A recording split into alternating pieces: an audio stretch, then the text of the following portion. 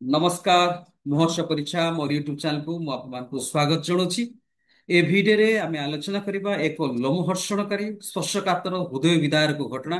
जहाँकि सुदान रे गोटे हॉस्पिटल रे 460 रोगी समेत अन्य गणहत्या तार उपरे आम आलोचना करबा किंतु ता पूर्व मु आपन अनुरोध करी भिडियोटी प्रथम शेष पर्यंत देखिए एवं लाइक शेयर सब्सक्राइब करने भूलिए कारण आप प्रत्येक सब्सक्राइब मते नुआ नुआ इन्स्पिरेशन जोगुची जो द्वारा नुआ नुआ तथ्य नुआ नुआ वीडियो आपण मानक सम्मुखें उपस्थापन करिया ପାଇଁ। तेबे आसंतु आलोचना करिबा जे गत मंगलवार दिन एलफास रे एक हॉस्पिटल रे एक भयंकर हत्याकांड घटिची। जो हत्याकांड रे गोटे हॉस्पिटल रही गोटे हॉस्पिटल रे जते सब रोगी थिले तारि भितरे समस्त रापिड सपोर्ट फोर्स आरएफएस आरएसएफ से प्रवेश कले प्रवेश कला खेड़ी सेते जेते रोगी थिले एवं जो माने रोगी मानक साहाय्य करते सेवा करते आपंकर डॉक्टर बोलतु आपंकर फार्मासिस्ट बोलतु आपंकर नर्स बोलतु समस्त को गणहत्या कले जनक पर जड़े निर्मम भाव गणहत्या कले जारी फल जहाँ कहुई सद्यतम रिपोर्ट अनुसार आपंकर 460 जन को हत्या करा এইটা ହେଲା ଆପଣଙ୍କର ଏଇ ସପ୍ତାହରେ ରାପିଡ ସପୋର୍ଟ ଫୋର୍ସ ଯୋଉଟା କି ଆରଏସଏଫ ଦ୍ୱାରା ଉତ୍ତର ତାରଫୁନ ରାଜଧାନୀ ଦଖଲ କରିବା ପରେ ପରେ ଏଇ ଜଘନ୍ୟ ହତ୍ୟାକାଣ୍ଡ କରିଛନ୍ତି ଯୋଉଟା କି ଯେତେବେଳେ ସେମାନେ ଯୋଗ ଅ, ଦଖଲ କରିବା ପାଇଁ ସାମରିକ ବାହିନୀର ଯୋଉ ପ୍ରଚେଷ୍ଟା ଚାଲିଥିଲା 2023 ରୁ ତାକୁ ନେଇକି ବର୍ତ୍ତମାନ ରାଜଧାନୀ ଦଖଲ ଯେତେବେଳେ କରିଲେ କଲା ପରେ ସେ ହସ୍ପିଟାଲ ଭିତରେ ପଶି ହସ୍ପିଟାଲର ସମସ୍ତଙ୍କୁ ନିର୍ମମ ଭାବରେ ହତ୍ୟା କରିଛନ୍ତି ଏବଂ ୟାରି ପରିପ୍ରେକ୍ଷୀରେ ରବିବାର ଦିନ ଅର୍ଦ୍ଧସାମରିକ ଗୋଷ୍ଠୀ ସହର ଦଖଲ କରିବା ପରଠାରୁ ସୁଦାନର ଅଧିକାରୀ ମାନଙ୍କ ଦ୍ୱାରା ଏହି ସମସ୍ତ କାର୍ଯ୍ୟକ୍ରମ ନିର୍ମମ ଭାବରେ ହତ୍ୟା କରାଯାଇଛି ଏବଂ ଯାହା ଫଳରେ ବର୍ତ୍ତମାନ ସୁଦ୍ଧା ଯାହା ହତ୍ୟାର ବର୍ତ୍ତମାନ ସୁଦ୍ଧା ସଂଖ୍ୟା ଆସି ପହଞ୍ଚିଛି 2000 ଲୋକ। ମଙ୍ଗଳବାର ଦିନ ହେଲା ଆପଣଙ୍କର 460 ତା ପୂର୍ବରୁ ଆପଣଙ୍କର এই ସମସ୍ତ ହତ୍ୟାକୁ ମିଶେଇଲେ ଆପଣଙ୍କର 2000 ଲୋକଙ୍କୁ କଣ ହତ୍ୟା କରାଯାଇଛି ଗଣହତ୍ୟା କରାଯାଇଛି। ୟାର ଉପରେ ତୀବ୍ର ନିନ୍ଦା କରି जोटा कि वर्ल्ड हेल्थ ऑर्गेनाइजेशन विश्व स्वास्थ्य संगठन से तीव्र निंदा करिछि एवं तार निर्देशक जी अछंती आपनकर जनरल टेड्रोस अधानम से कहते जे साउदी मातृत्व हॉस्पिटल रे हत्याकांड घटितिला एवं सेथिरे जो हत्याकांड कराई से हत्याकांड रे मु अत्यंत विस्मित एवं गंभीर भाव में मर्माहत कहीं यहाँ गोटे गणहत्या जो हत्या कि केबे भी काहाकू क्षमा दिया जाय परिबोनी जड़े रोगी चिकित्सा होगापी भल होगापी स्वास्थ्य होगापी गोटे हस्पिटाल अच्छा कितु तारी पक्षरे देश दखल करने राजधानी दखल करने निजर शक्ति प्रादुर्भाव पकड़ापी रोगी मान हत्या करने एवं रोगी मान संगे अटेंडेंट मान हत्या करने सपोर्टर मान हत्या करने यहाँ एक कौन अत्यंत स्पर्शकातर हृदय विदारक एवं यहाँ जघन्य महा अपराध बोली से कहते जे कि हुर निर्देशक तो यारी प्रक्रिया विभिन्न संवाद सरबराह जहाँ आसी 2023 मसीहा ठारू जो गृह युद्ध चलता तापर सुदान रे ये जो स्वास्थ्य सेवा उपरे आज को मिसे ये जो मंगलवार हत्या को मिसे 285 थर आक्रमण कराଯାଇଛି एवं से आक्रमण में रोगी समेत स्वास्थ्य सेवा कर्मी एवं रोगी मान निर्मम भाव में हत्या कर सुडान सामरिक बाहिनी निश्चित एक सहर एवं राजधानी नियंत्रण करने 18 मास धरी चली घेराबंदी घेराबंदी पणबंदी गोटे स्वरूप जारी माध्यम एलफास प्रत्याहार कर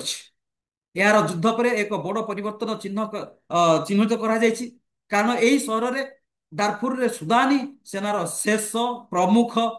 स्थान थिला सेतिपय से माने आक्रमण करी जेतले अधिकार कला परे से माने लोक मान को जणेया पय लोक मान को भयभीत करिया पय गणहत्या आरंभ कले। तो यारी परिप्रेक्षी रे सुदान डाक्टरखाना नेटवर्क जहाँ कहिछि बा जहाँ कहिछि जे कोन कहिसंती से ना रैपिड सपोर्ट फोर्स आरएसएफ योद्धा माने हॉस्पिटल रे प्रवेश करला क्षणी समस्त को गोटिक पर गोटे गणहत्या करथिले रोगी मान को मध्य छाड़ी नते समस्त रोगी मान को निपात करथिले तांको सहित अटेंडेंट तांको सहित जो माने अछंती रोगी सेवारे से मान को गणहत्या करथिले जहाँ कि नेटवर्क सुदान रो जो डाक्टरी नेटवर्क अछि बा ग्रुप अछि से ग्रुप रो एई रिपोर्ट टी उद्धार करा जिबार एई रिपोर्ट टी अणा जाइछि। तो से माने साउदी हॉस्पिटल भीतर पसिबा निर्मम भाव में हत्या करथिले जोथिरे रोगी से मानकर समस्त वार्ड रे उपस्थित थिबा समय जे कोनसी व्यक्ति मध्य शामिल थिले मध्य एई रैपिड सपोर्ट फोर्स कौन कर एलफास हॉस्पिटल जेते समस्त रोगी मान को कौन गोटे କତଲିଖାନା ହିସାବରେ ବ୍ୟବହାର କରିଛନ୍ତି। କତଲିଖାନାରେ ଯେମିତି ଗୋଟେ ପରେ ଗୋଟେ ହତ୍ୟା କରାଯାଏ, ଠିକ ସେଇଭଳି ଭାବରେ କତଲିଖାନା ଭାବରେ ତାକୁ ହତ୍ୟା କରିଛନ୍ତି ଏବଂ ସେଇ ହସ୍ପିଟାଲଟାକୁ କତଲିଖାନା ହିସାବରେ ତାକୁ ପରିଗଣିତ କରାଯାଇଥିଲା। ଯେଉଁମାନେ ଯୋଦ୍ଧା ମାନେ ରୋଗୀ ମାନଙ୍କୁ କିମ୍ବା ଶିଶୁ ମାନଙ୍କୁ, ଦୁଃଖର ବିଷୟ ଯୋଉ ଶିଶୁ କି ଆଜିର ସନ୍ତାନ ଆସନ୍ତାକାଲି ବା ଆଜିର ଶିଶୁ ଆସନ୍ତାକାଲିର ନାଗରିକ, ତାଙ୍କୁ ସୁରକ୍ଷା ଦେବା ପରିବର୍ତ୍ତେ ଶିଶୁ ମାନଙ୍କୁ ମଧ୍ୟ, ଡାକ୍ତର ମାନଙ୍କୁ ମଧ୍ୟ ଛାଡି ନାହାନ୍ତି, ସମସ୍ତଙ୍କୁ ଗୋଟିଏ ପରେ ଗୋଟିଏ ଗଣହତ୍ୟା କରିଛନ୍ତି। ତ ଏଇଥିରୁ ଜଣାପଡୁଛି ଯେ ଏଇ ଗଣହତ୍ୟାଟି ଅତି ନିର୍ମମ, ଯାହାକି ସୁଦାନରେ ବର୍ତ୍ତମାନ ଘଟିଯାଏ ଚାଲୁଛି ଏବଂ ଏଇ ଯୋଉ ମଙ୍ଗଳବାର ଦିନ ଯୋଉ ହତ୍ୟା କରାଯାଇଛି। ସୂଚନା ଅନୁଯାୟୀ ଜଣେ ରାପିଡ ସପୋର୍ଟ ଫୋର୍ସ ଯୋଦ୍ଧାଙ୍କ ଦ୍ୱାରା ଯାହା ସୁଟିଂ କରାଯାଇଥିଲା, ଯେତେବେଳେ ଜଣେ ରାପିଡ ସପୋର୍ଟ ଫୋର୍ସ ମାନେ ଯେତେବେଳେ ପଶିଗଲେ, ସେମାନେ ମଧ୍ୟ ଜଣେ ସୁଟିଂ କରିଥିଲେ। ତାଙ୍କର ଏଇ ଭିଡିଓରୁ ଯାହା ଭାଇରାଲ ହେଇଛି, ଯୋଦ୍ଧା ମାନେ ମୃତଦେହ ଦ୍ୱାରା ଚାରିପଟ ଘେରି ରହିଥିଲେ ଏବଂ ପୀଡିତ ମାନଙ୍କୁ ମଧ୍ୟ ଜଣେ ଉଠିଲେ ଜଣକୁ ହତ୍ୟା କରାଉଥିଲା, ଜଣେ ଉଠିଲେ ଜଣକୁ ହତ୍ୟା କରାଉଥିଲା। ଯୋଦ୍ଧା ମାନେ ଏଇଭଳି ଭାବରେ ମୃତ୍ୟୁ ଦେଇଥିଲେ ଯେ ସେଥିର ସୁଦାନବାସୀ ଯୋଉ ହସ୍ପିଟାଲରେ ଥିଲେ, ମାତୃତ୍ୱ ହସ୍ପିଟାଲରେ।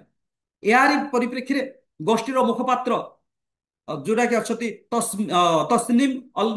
ଅମିନ, ସେ ପୁରା ସମ୍ପୂର୍ଣ୍ଣ ଭାବରେ ବ୍ୟାଖ୍ୟା କରି କହିଛନ୍ତି ଯେ ସହରର ସାରା ଗଣହତ୍ୟାରେ ପରିଣତ ହେଇଥିଲା। ଯୋଉଠି ଦେଖିଲେ ଆପଣଙ୍କର ଶବ, ଯୋଉଠି ଦେଖିଲେ ରକ୍ତପାତ, ଜାତିଗତ ଆଧାରରେ ଏକ ପ୍ରକୃତ ଗଣହତ୍ୟା କରାଯାଇଛି। ଜାତି ଭିତ୍ତିକ ହିସାବରେ ଜାତିକୁ ପ୍ରଭେଦ କରି ଏଇଟା ଗଣହତ୍ୟା କରାଯାଇଛି, ଏଇ ବିଷୟଟି କୁହାଯାଇଛି, କହିଛନ୍ତି ଯେ କି ତସନିମ। ତ ୟାରି ପରିପ୍ରେକ୍ଷୀରେ ହତ୍ୟା ଏବଂ ନିପାତର ପଦ୍ଧତିଗତ ଏଇ ପର୍ଯ୍ୟାୟରେ ପହଞ୍ଚିଥିଲା ଯେ ଯେ ସେମାନେ ଯେତେବେଳେ ବିଫଳ ହେଇଗଲେ, ହତ୍ୟା କରିବା ପାଇଁ ବିଫଳ ହେଇଗଲେ, ତାପରେ ଯେ ସେମାନେ ଅନ୍ତର୍ଜାତୀୟ ସମ୍ପ୍ରଦାୟକୁ ନିନ୍ଦା କରିବା ଉଦ୍ଦେଶ୍ୟରେ ଏଇ ଯୋଉ ଗଣହତ୍ୟା କରିଛନ୍ତି, ହସ୍ପିଟାଲରେ ପଶି ସମସ୍ତଙ୍କୁ ନିର୍ମମ ଭାବରେ ହତ୍ୟା କରିଛନ୍ତି। ଆଜି ବିଶ୍ବ ଯେଉଁ ହତ୍ୟାକାଣ୍ଡ ଦେଖିଛି ବା ଦେଖିଥିଲା ଆଗରୁ, ତାହା 1.5 ବର୍ଷ ପୂର୍ବରୁ, ଅଧିକ ସମୟ ପୂର୍ବରୁ ଏଇ ଏଲଫାସରେ କେବେ ବି ଏଇଭଳି ହତ୍ୟାକାଣ୍ଡ ହୋଇନଥିଲା। ଏକ ବିସ୍ତୃତ ବିବରଣୀରେ ଯେତେବେଳେ ବୋମା ମାଡ଼ ହେଇଥିଲା, ଅନାହାରରେ ଅନେକ ଲୋକ ମୃତ୍ୟୁବରଣ କରିଥିଲେ ଏବଂ ବିଚାରାଧୀନ ଭାବରେ ତାଙ୍କୁ ବିଚାର କରାଯାଉଥିଲା ଏବଂ ମୃତ୍ୟୁଦଣ୍ଡ ଦିଆଯାଉଥିଲା। ଏଇଭଳି ଭାବରେ ଯଦି ଦେଖିବା, 2023ରୁ ବର୍ତ୍ତମାନ ପର୍ଯ୍ୟନ୍ତ 14,000ରୁ ଅଧିକ ନାଗରିକ ମାନଙ୍କୁ, ସାଧାରଣ ନାଗରିକ ମାନଙ୍କୁ ନିର୍ମମ ଭାବରେ ହତ୍ୟା କରି ଆସୁଥିଲା ସେଇ ଦଖଲ କରିବା ପାଇଁ। ତ ଏଇଟା ହଉଛି ଏକ ଗଣ ହତ୍ୟା, ଯାହାକୁ କି କୌଣସି ବ୍ୟକ୍ତି ୟାକୁ କ୍ଷମା କରିପାରିବେ ନାହିଁ। ଏହାରି ପରିପ୍ରେକ୍ଷୀରେ ଜାତିସଂଘର ପ୍ରବାସନ ଏଜେନ୍ସି ଯାହା ସେ କହିଛନ୍ତି, ରବିବାର ଠାରୁ ପ୍ରାୟ 35,000 ଲୋକ ଆଲଫାସରୁ ପଳାୟନ କରିଛନ୍ତି। ଯେହେତୁ ଗଣହତ୍ୟା ଆରମ୍ଭ ହେଇଗଲା, ସହର ଦଖଲ କଲେ, ରାଜଧାନୀ ଦଖଲ କଲେ, ଦଖଲ କଲା ପରେ ଏଇ ଯୋଉ ରାପିଡ ସପୋର୍ଟ ଫୋର୍ସ, ସେମାନେ କଣ ନା ଆଖି ବୁଝି ସମସ୍ତଙ୍କୁ ଗୁଳି ଚାଳନା କଲେ, ହତ୍ୟା କଲେ, ଯାହାରି ଫଳରେ ଭୟଭୀତ ନିଜର ଜୀବନ ବିକଳରେ ସମସ୍ତେ ସେଇ ଜାଗାଟି ଛାଡିକି ବା ଆପଣଙ୍କର ଆଲଫାସ ଛାଡିକି ସେମାନେ ଅତି କମରେ 35,000 ଲୋକ ପଳାୟନ କରିଛନ୍ତି, ଯାହା ରିପୋର୍ଟରୁ ସୂଚନା ଅଛି। ଏହାର ଏକ ହତ୍ୟା ହତ୍ୟା ଏଇଟା ଯେତେବେଳେ ହତ୍ୟା କାର୍ଯ୍ୟକ୍ରମ ଆରମ୍ଭ କଲେ, ତାହାକୁ କୁହାଯାଉଥିଲେ, ସେଇ ଭିଡିଓରୁ ଯାହା ଜଣାପଡିଛି, ହତ୍ୟା କ୍ଷେତ୍ର ପରି ଜଣା ପଡୁଥିଲା। ଜଣେ ସାକ୍ଷୀ ଯିଏକି ଅଛନ୍ତି ତାଜଲ ରହମାନ, ସେ ନିଜେ ଏଇଟା ସବୁ କହିଛନ୍ତି ଯେ ଦି ଆସୋସିଏସନ ପ୍ରୋତ୍ସାହନ କରିଛନ୍ତି ବା ଯୋଉମାନେ ବି ପ୍ରୋତ୍ସାହନ କରିଛନ୍ତି ହତ୍ୟାକୁ, ସବୁଠାରୁ ମୃତ ସବୁ ଜାଗାରେ ଆପଣ ଯେତେବେଳେ ଅନେଇବେ, ଯୋଉ ଜାଗାକୁ ଅନେଇବେ ଆପଣଙ୍କର ମୃତଦେହ, ରକ୍ତାକ୍ତ ଲୋକମାନଙ୍କୁ ଦେଖିବେ ଏବଂ ଯୋଉଟା କି ଆପଣଙ୍କର ରକ୍ତ ପୁରା ବହି ଯାଉଥିଲା ସେଇ ଜିନିଷ ହିଁ ଦେଖିବେ। ଏଇପରି ଭାବରେ ନିର୍ମମ ଭାବରେ ହତ୍ୟା କରାଯାଇଥିଲା ସେଇ ହସ୍ପିଟାଲରେ। ସୂଚନା ମୁତାବକ ଯୋଦ୍ଧା ମାନେ ଘର ଘର ବୁଲି ଲୋକମାନଙ୍କୁ ସଂଗ୍ରହ କରୁଥିଲେ ଏବଂ ଲୋକମାନଙ୍କୁ ସଂଗ୍ରହ କରି ଗୋଟେ ଜାଗାରେ ହତ୍ୟା କରୁଥିଲେ, ଗୁଳି କରୁଥିଲେ, ପିଟୁଥିଲେ, ମାରୁଥିଲେ। ଏବଂ ଆହୁରି ଗୋଟେ ବିଷୟ ଅଛି ଯୋଉଟା କି ଆପଣଙ୍କର ଲେହ ବିଶ୍ୱବିଦ୍ୟାଳୟ, ୟେଲ ବିଶ୍ୱବିଦ୍ୟାଳୟ ଗବେଷକ ମାନେ ଯୋଉମାନେ ବିଶ୍ଳେଷଣ କରିକି କହିଛନ୍ତି ଯେ ଏଇ ହତ୍ୟାକାଣ୍ଡର ମୁଖ୍ୟ ବିଷୟଟି ହେଲା ଯୋଉଟା ବର୍ତ୍ତମାନ 2023 ପୂର୍ବରୁ ଯୋଉଟା ଚାଲିଥାଏ, ତାକୁ ନେଇକି ସେମାନେ ଯେତେବେଳେ ଦଖଲ କରିପାରିଲେ ବା ସହର ଭିତରକୁ ପଶି ସାରିଲେ, ଯୋଦ୍ଧା ମାନେ ଅଧିକାରୀ ମାନଙ୍କ ଦ୍ୱାରା ଏଇ ଗଣହତ୍ୟା ଆରମ୍ଭ କରିଛନ୍ତି, ଯେଉଁଥିରେ ରାସ୍ତା ଗୁଡିକ ମୃତଦେହରେ ଗଦା ହେଇଛି ଏବଂ ରକ୍ତର ବଡ ବଡ ପୁଷ୍କରଣୀ ସଜ୍ଜିତ ହେଇଯାଇଛି। ଯେମିତିକି ଦେଖାଯାଉଛି ପୁଷ୍କରଣୀ ସଦୃଶ ଯୋଉ ରକ୍ତ ବହିଛି, ଲୋକମାନଙ୍କୁ ହତ୍ୟା କରାହେଇଛି, ବର୍ଷାରେ ହତ୍ୟା କରାଯାଇଛି, ଗୁଳି କରାହେଇଛି, ମାନେ ତଣ୍ଟି କଟା ହେଇଛି, ଏଇଭଳି ଭାବରେ ହତ୍ୟା କରାଯାଇଛି ନିର୍ମମ ଭାବରେ। ତ ଏଇ ପରିପ୍ରେକ୍ଷୀରେ ସୋମବାର ଦିନ ଏକ ରିପୋର୍ଟରୁ ଜାତିସଂଘର ମାନବାଧିକାର କାର୍ଯ୍ୟାଳୟ କହିଛି ଯେ ହିଂସାରୁ ପଳାୟନ କରିବାକୁ ଚେଷ୍ଟା କରୁଥିବା ସାଧାରଣ ନାଗରିକ ମାନଙ୍କୁ ମଧ୍ୟ ଛାଡି ନାହାନ୍ତି, ସେମାନଙ୍କୁ ମଧ୍ୟ ହତ୍ୟା କରିଛନ୍ତି, ଯାହାରି ଫଳରେ କିଛି ଲୋକ ନିଜର ପ୍ରାଣ ବିକଳରେ ନିଜର ପରିବାରକୁ ଧରିକି ସେମାନେ ଆଲଫାସରୁ ପଳେଇ ଯାଇଛନ୍ତି। ସଂଯୁକ୍ତ ରାଷ୍ଟ୍ର ମାନବ ଏଇ ଯୋଉ ମାନବିକ ଅଧିକାର ଯୋଉଟା ହ୍ୟୁମାନ ରାଇଟ୍ସ ଉପରେ ଅନେକ ଦୁଃଖଦ ଭିଡିଓ ଗୁଡାକ ସେମାନେ ଭାଇରାଲ କରିଛନ୍ତି, ଯୋଉଠିକି ରାପିଡ ସପୋର୍ଟ ଫୋର୍ସ ସେମାନେ ଯୋଦ୍ଧା ମାନଙ୍କ ଦ୍ୱାରା ଘେରି ରହିଥିଲେ ଏବଂ ଯେତେବେଳେ ରୋଗୀ ଉଠୁଛନ୍ତି ତାଙ୍କୁ ହତ୍ୟା କରୁଛନ୍ତି, ଲୋକମାନେ ବାହାରୁଛନ୍ତି ଘରୁ ତାଙ୍କୁ ହତ୍ୟା କରାହଉଛି, ଗୁଳି କରାହଉଛି, ଲୋକମାନେ ପଳେଇ ଯାଉଛନ୍ତି ତାଙ୍କୁ ହତ୍ୟା କରାହଉଛି, ଗୁଳି କରାହଉଛି। ଏଇଟା ଥିଲା ଗୋଟେ ମର୍ମନ୍ତୁଦ ଘଟଣା, ହୃଦୟସ୍ପର୍ଶ ବା ହୃଦୟ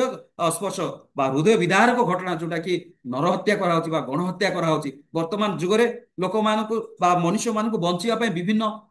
ଡାକ୍ତରୀ ଔଷଧ ବ୍ୟବହାର କରୁଛି ବା ବିଭିନ୍ନ ଡାକ୍ତରୀ ପରାମର୍ଶ করে ବିଭିନ୍ନ ପ୍ରକାର କାର୍ଯ୍ୟକ୍ରମ ଆନୁଷ୍ଠାନିକ ଭାବରେ ଗ୍ରହଣ କରାଯାଉଛି, କିନ୍ତୁ ଅପର ପକ୍ଷରେ ରାଜ୍ୟ ପିପାସା ପାଇଁ ବା ନିଜର ଶାସନ ପିପାସା ପାଇଁ ଯୋଉ ପ୍ରକାର ଗୃହଯୁଦ୍ଧ ଚାଲିଥିଲା, ସେ ଗୃହଯୁଦ୍ଧରେ ନିଜକୁ କାଏମ ରଖିବା ପାଇଁ, ନିଜର ହାୟମକୁ ଦେଖିବା ପାଇଁ ଏହି ଘଟଣା କରିଛନ୍ତି ସୁଦାନରେ। ଯୋଉଟା ରିପୋର୍ଟ ଅନୁଯାୟୀ ଏହି ହତ୍ୟାକାଣ୍ଡ ଘଟିଛି ଆମେରିକାର ଆନୁଷ୍ଠାନିକ ଭାବରେ ସୁଦାନର ଯୋଉଟା ରାପିଡ ସପୋର୍ଟ ଫୋର୍ସ ସେ ମିଲିସିଆ ମାନଙ୍କୁ ହତ୍ୟା କରି ଏହି ସମସ୍ତ ଘଟଣା କରିବା ପାଇଁ ସମସ୍ତଙ୍କୁ ଭୟଭୀତ କରିଛନ୍ତି। ତ ଏଇ ସମସ୍ତ ଉପରେ ଜାତିସଂଘ କଠୋର ଭାବରେ ନିନ୍ଦା କରିଛନ୍ତି ଏବଂ ସମସ୍ତ ସେ ବିରୁଦ୍ଧରେ କାର୍ଯ୍ୟାନୁଷ୍ଠାନ ଗ୍ରହଣ କରିବା ପାଇଁ ମଧ୍ୟ ଜାତିସଂଘ ତରଫରୁ ଏକ ବିବୃତ୍ତି ଜାରି ପ୍ରକାଶ କରିଛି। ଏଇଟା ହଉଛି ଏକ ମର୍ମାନ୍ତକ ଘଟଣା, ଯାହାକି ସୁଦାନରେ ଏକ ସ୍ପର୍ଶକାତର ହୃଦୟ ବିଦାରକ ଘଟଣା ଘଟିଛି, ଯେ ଶିଶୁମାନଙ୍କୁ, ରୋଗୀମାନଙ୍କୁ, ଡାକ୍ତରମାନଙ୍କୁ ଏବଂ ସେବାକାରୀ ମାନଙ୍କୁ ନିର୍ମମ ଭାବରେ ହତ୍ୟା କରାଯାଇଛି, ଯାହାକି ସେଇଦିନ ଆପଣଙ୍କର 460 କରାଯାଇଥିଲା, କିନ୍ତୁ ତା ପରବର୍ତ୍ତୀ ସମୟରେ 14,000 ଲୋକକୁ ଗଣହତ୍ୟା କରାଯାଇଛି। ଭିଡିଓଟି ପ୍ରଥମରୁ ଶେଷ ପର୍ଯ୍ୟନ୍ତ ଆପଣମାନେ ଦେଖିଥିବା ହେତୁ ମୁଁ ଆପଣମାନଙ୍କୁ ଧନ୍ୟବାଦ ଦଉଛି ଏବଂ ରିକ୍ୱେଷ୍ଟ କରୁଛି ଲାଇକ୍ ସେୟାର ସବସ୍କ୍ରାଇବ କରିବେ। Thank you so much. ନମସ୍କାର।